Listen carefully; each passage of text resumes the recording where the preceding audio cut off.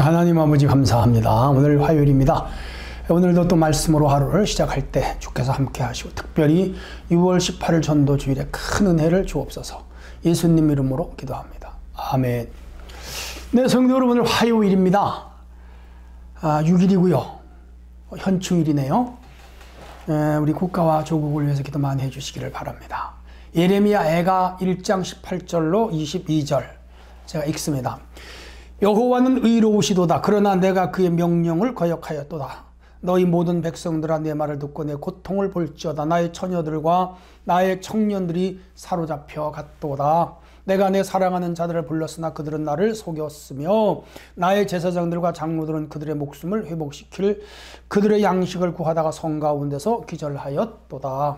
여호와여 보시옵소서. 내가 환난을 당하여 나의 애를 다 태우고 나의 마음이 상하오니 나의 반역이 심히 크미니이다. 밖에서는 칼이 내 아들을 빼앗아가고 집안에서는 죽음 같은 것이 있나이다.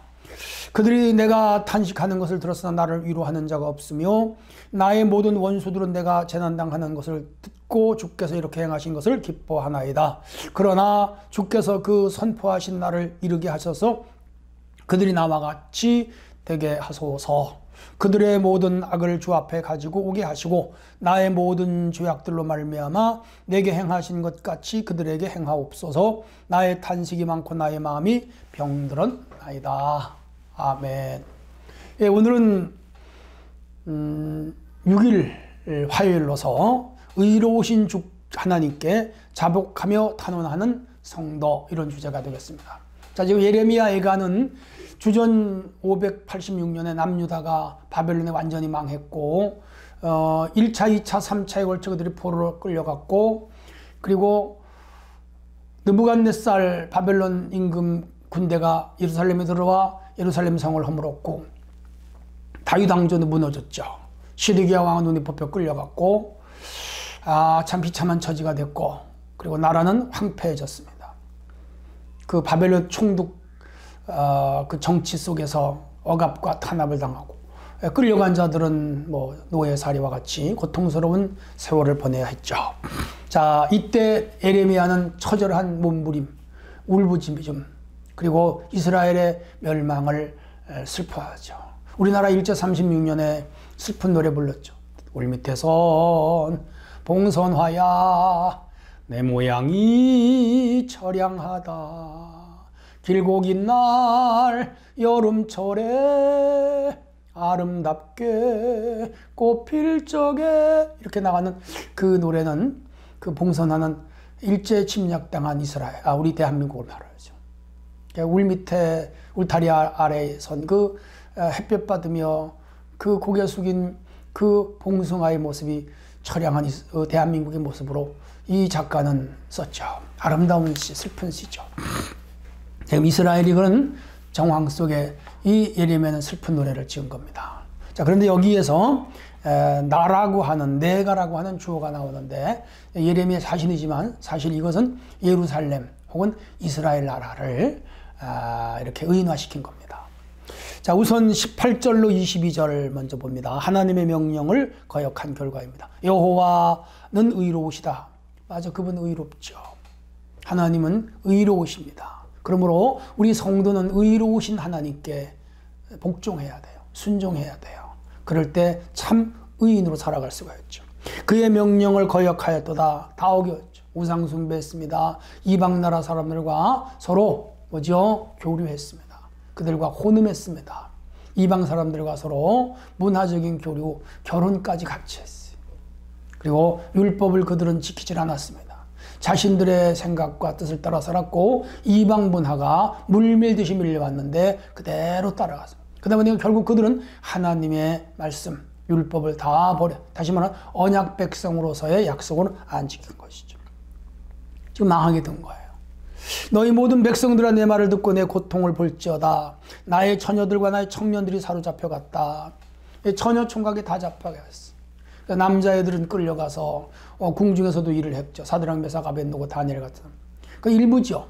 대다수의 사람들은 강제 노역에 끌려갔고 많은 전쟁에 끌려다가 희생당하였고, 처녀들은 끌려가서 이방 남자들과 결혼을 하고, 그렇게 해서 민족의 정체성을 잃어버렸죠. 예루살렘은 극심한 고통을 당하고 있습니다. 그 원인이 뭐죠? 하나님의 명령을 거역했기 때문에. 오늘 우리도 하나님의 명령을 거역하면 개인적으로, 영적으로, 그리고 삶에 고통이 온다는 것도 기억해야 됩니다. 자, 2절, 19절입니다. 내가 내 사랑하는 자들을 불렀으나 그들은 나를 속였다. 그렇게 말합니다. 바벨론이 지금 천공했어요. 남유다를. 그래서 유다가 사랑하는 자라고 믿었던 동맹국들, 주변국들, 애굽도 믿었었고 아수르도 믿었어요. 주변 나라들과 동맹도 맺었어요. 근데 그들이 다 돌아오지 않았습니다. 내가 좋을 때, 돈 있을 때, 잘 나갈 때 친구들이 따라붙어요. 왜? 얻어먹을 거 있으니까. 콩고물 떨어지니까. 도움받을 수 있으니까. 그런데 내가 망하면 다 떠나갑니다. 내가 약해지면 다 떠나갑니다. 나에게서 얻어먹을 것 없으면 다 등을 돌리고 뒤에서 흉보입니다. 욕합니다. 무시합니다. 그게 세상 인심이기도 해요. 자, 그래서 제사장들과 장로들은 그들의 목숨을 회복시킬 그들의 양식을 구하다가 성 가운데 기절했어. 제사장들, 이제 뭐 성전이 없는데 뭐 제사 드리겠어요. 장로들, 거기 율법 종교가 무너졌는데 그 직책이 무슨 소용이에요? 여러분, 만약에 교회가 망했다고 합시다. 목사가 오갈 데 없지. 우리 교회 장로님들, 권사님들, 안수집사님들 지금 교회가 있으니까 장로님, 권사님, 안수집사님, 성도들께 서로 존대하고 귀히 여기고 기도하고 높여주고 그러죠. 자기 교회 없어져 봐요. 그야말로 개밥에 덧돌이죠.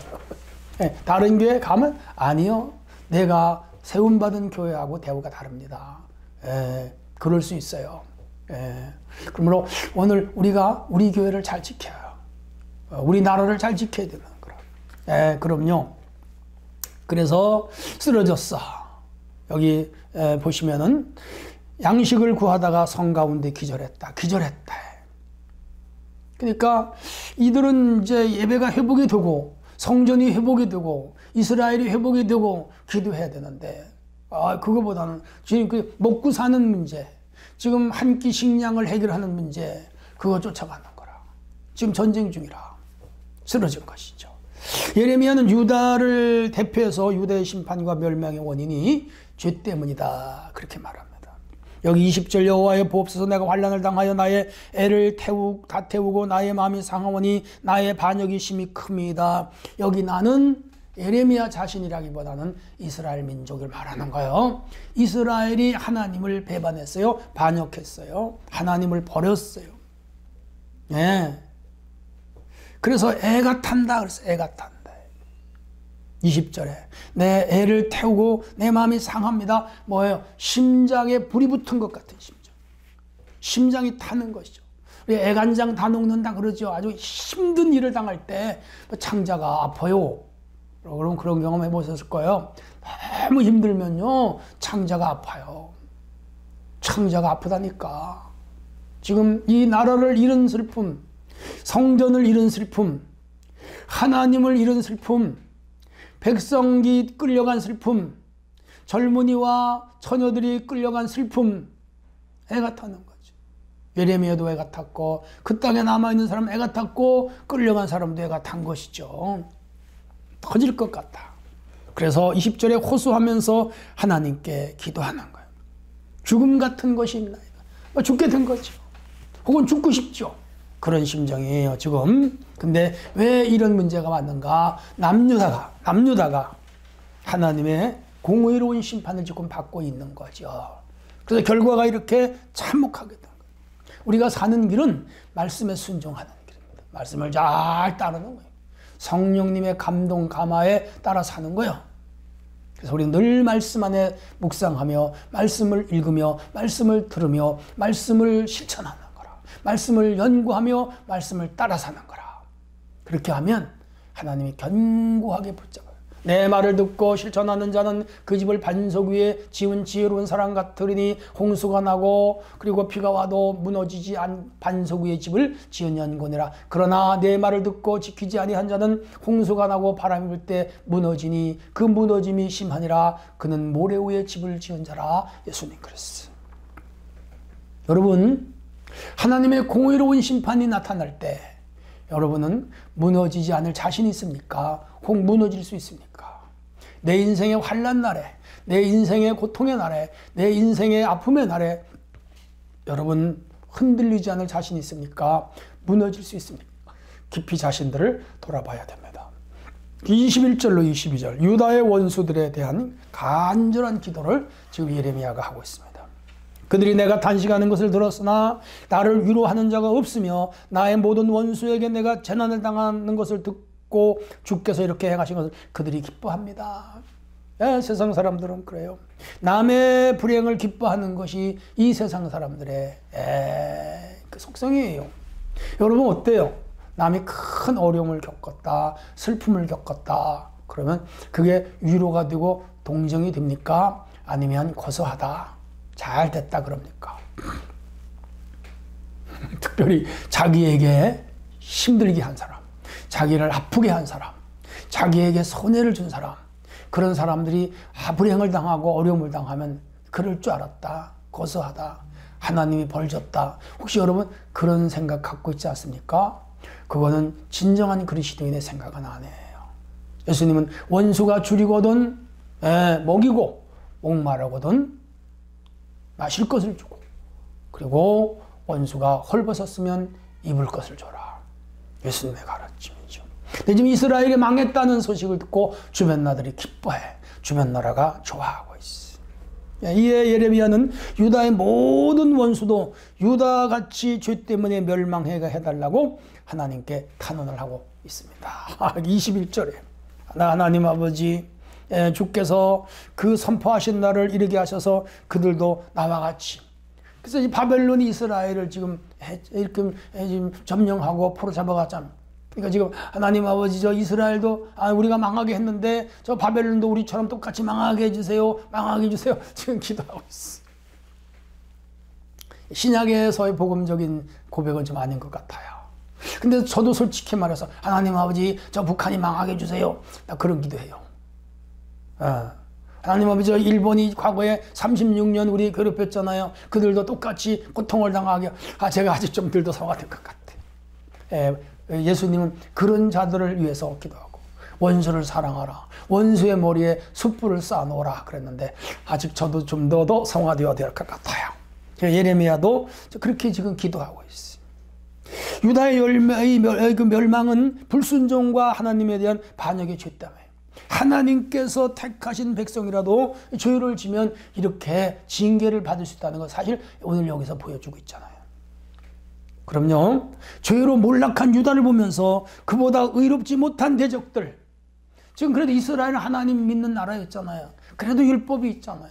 제사제도가 있었잖아요. 성전이 있었잖아요. 그런 백성들도 죄를 졌는데 이방 나라보다는 의롭잖아요.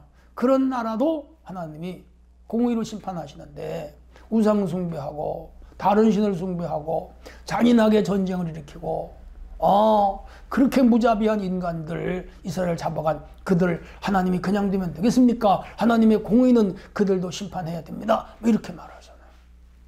어떤 의미에서 타당성이 있어요. 6.25 전쟁을 일으켜서 수백만 명을 죽였잖아, 김일성의 집단이. 나라가 아직 건재하잖아. 그건 아니라고 봐요.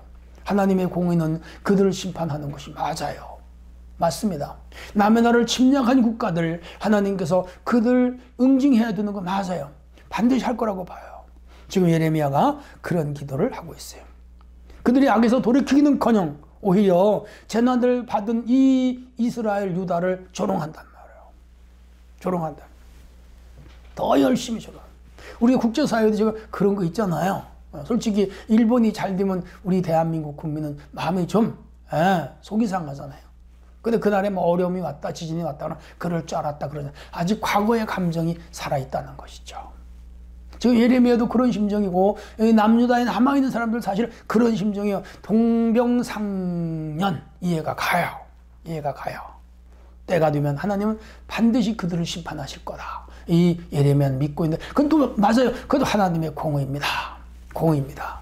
그래서 그들이 모든 악을 주께서 주 앞에 가지고 오게 하시고 나의 모든 죄악들로 말미암아 내가 행하신 것 같이 그들에게도 행하옵소서. 나의 탄식이 많고 나의 마음이 병들었습니다. 이 전쟁을 겪으면서 예레미야도 마음에 병이 들었고 이스라엘 남자 백성 다 마음이 병들었죠. 여러분 큰 환난을 겪으면요 우리도 병들어요. 마음이. 가정에 우환이 길거나 물질로 어렵거나 사업에 실패하거나 직장에서 잘리거나 또 내가 큰 병이 걸리거나 또는 지체의 장애를 갖게 되거나 그러면 사실 마음이 병듭니다. 병들어요. 집단 트라우마라는 사회 심리학적 용어가 있잖아요. 집단 트라우마. 그렇죠. 우리 세월호 사건에 우리 국민 전체가 트라우마가 생겼죠. 용산 참사 트라우마가 있잖아요. 전쟁을 겪거나 사변을 겪으면 이런 트라우마가 있는데 지금 3차례에 걸쳐서 남유다가 망할 때 그들 깊은 트라우마가 생겨났죠. 그러면서 이 이스라엘을 남유다를 망하게 한 그 원수 나라도 하나님 망하게 해달라고 막 기도하는데 솔직히 인간의 심정으로서 이해가 가는 기도예요. 중요한 것은 죄로 징계를 받는 사람은 다른 사람이 우리의 원수를 망하게 해달라고 기도하기 전에 자기를 먼저 성찰하는 것이 맞아요. 하나님 아버지, 내가 잘못한 거 있습니다. 회개합니다. 윤리적으로 잘못한 거 회개합니다. 물질적으로 잘못한 거 회개합니다. 관계적으로 잘못한 거 회개합니다. 하나님 앞에 잘못한 거 회개합니다.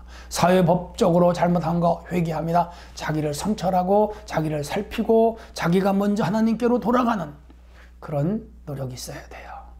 그렇게 할 때 하나님은 긍휼을 베푸시고 자비를 베푸시고 은총을 베푸시고 회복을 베푸셔요. 그런 자기 성찰과 변화가 없이 자기를 억울하게 하고 망하게 한 그 세력이나 그 집단이나 그 나라를 망하게 하게 해달라고 우리보다 더 잔인하게 보복해달라고 그렇게 기도하는 것은 성경적인 건 아닌 것 같아요. 자, 유다가 당한 재난을 원수들이 기뻐하자 예레미야는 속이 상했어. 그 감정은 내가 이해해. 얼마나 속상했겠어. 재난당한 사람에 대한 성도의 우리 생각은 같이 동정해주고 위로해주고 그리고 그에게도 하나님의 긍휼이 임하기를 기도해줘야 돼요. 망하게 해달라고. 폭삭 망하게 해달라고. 하나님의 무서운 심판이 그와 그 가정에 임하게 해달라고 그렇게 우리가 하면 안 돼. 자, 그분들은 하나님께서 알아서 하실 것이고 우리는 먼저 나를 성찰하고 나를 살피면서 내가 다시는 이런 죄에 빠지지 않게 해달라고 기도하고 자신과 하나님과의 관계를 바로 맺고 설정할 때 하나님은 나를 회복하시고 그리고 악한 자들은 악한 날에 또 하나님 심판하신다 그랬으니까 그건 하나님께 맡김이 맞습니다. 자, 오늘 하루도 이런 말씀을 기억하면서 주님 앞에 착실하게 살아가는 하루가 되기를 원합니다. 하나님 아버지, 오늘도 주신 말씀을 마음에 담고 의로우신 하나님께 자복하며 탄원하는 성도가 되게 하시고 자기를 성찰하고 날마다 새로워지게 하옵소서. 예수님의 이름으로 기도합니다. 아멘.